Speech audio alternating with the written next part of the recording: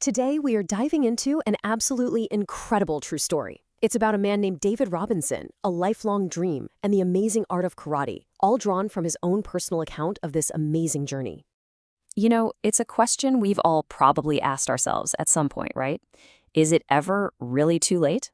Well, David's story, it might just hold the answer to that. So let's get into it. So this story doesn't start last year or even a few years ago. No, this one begins with a little spark of inspiration from almost 40 years back. Yeah, you heard that right, 1981. It all kicked off with watching Bruce Lee movies, as it does for so many of us, and a brief little encounter with martial arts back in South Africa. And that fascination, well, it just never went away, even while a busy life and a whole academic career took center stage. Now get this, this is how old he was when he finally walked into that dojo in 2020. 64. I mean, think about that. At an age when most people are thinking about slowing down, he was just getting started on this incredibly intense physical journey. And he didn't just start. He set himself a serious deadline.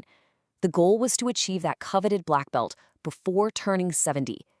That is a monumental goal for anyone, let alone someone with the clock ticking like that.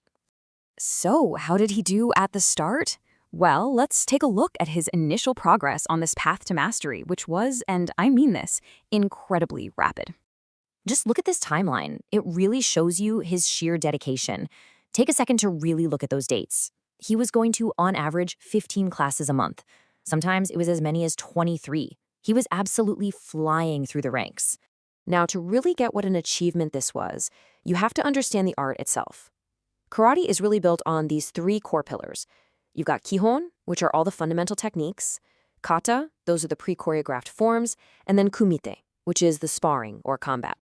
And if you think basics sound simple, well, take a look at this. This table just shows how deep the rabbit hole goes. We're not talking about learning a few simple moves. We are talking about hundreds of potential combinations that have to become second nature, like breathing. For any beginner, that's a huge challenge. But for someone in their mid-60s, building that muscle memory from scratch is a monumental task of pure repetition and precision. So his progress, it seemed totally unstoppable. But this journey was about to become so much more than just a test of physical skill.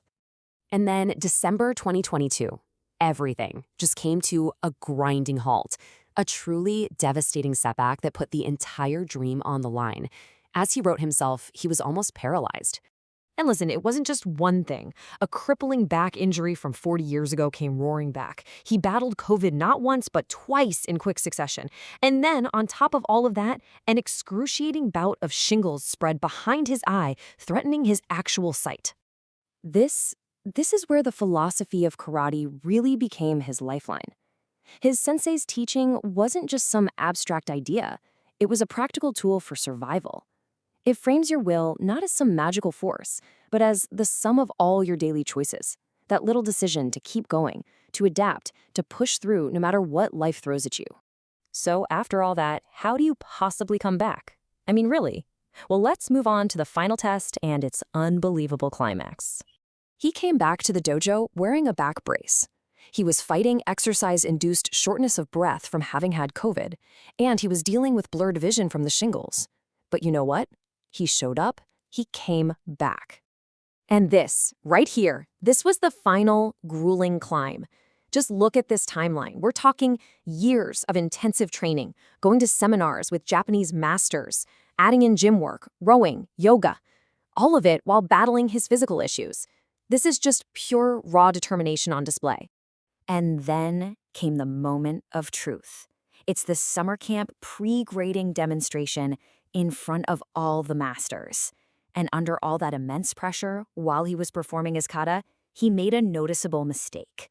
A blemish, as he called it. You can just imagine how that felt, right?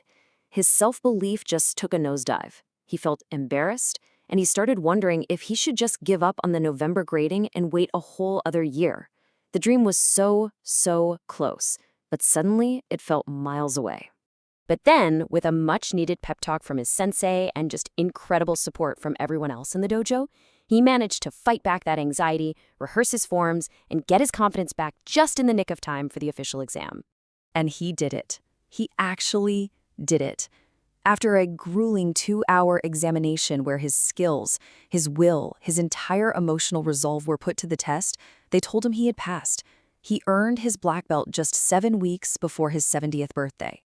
So yeah, he achieved his goal. But this whole story just brilliantly illustrates that the real prize, it was never just the belt. It was the journey, and it was everything he learned along the way.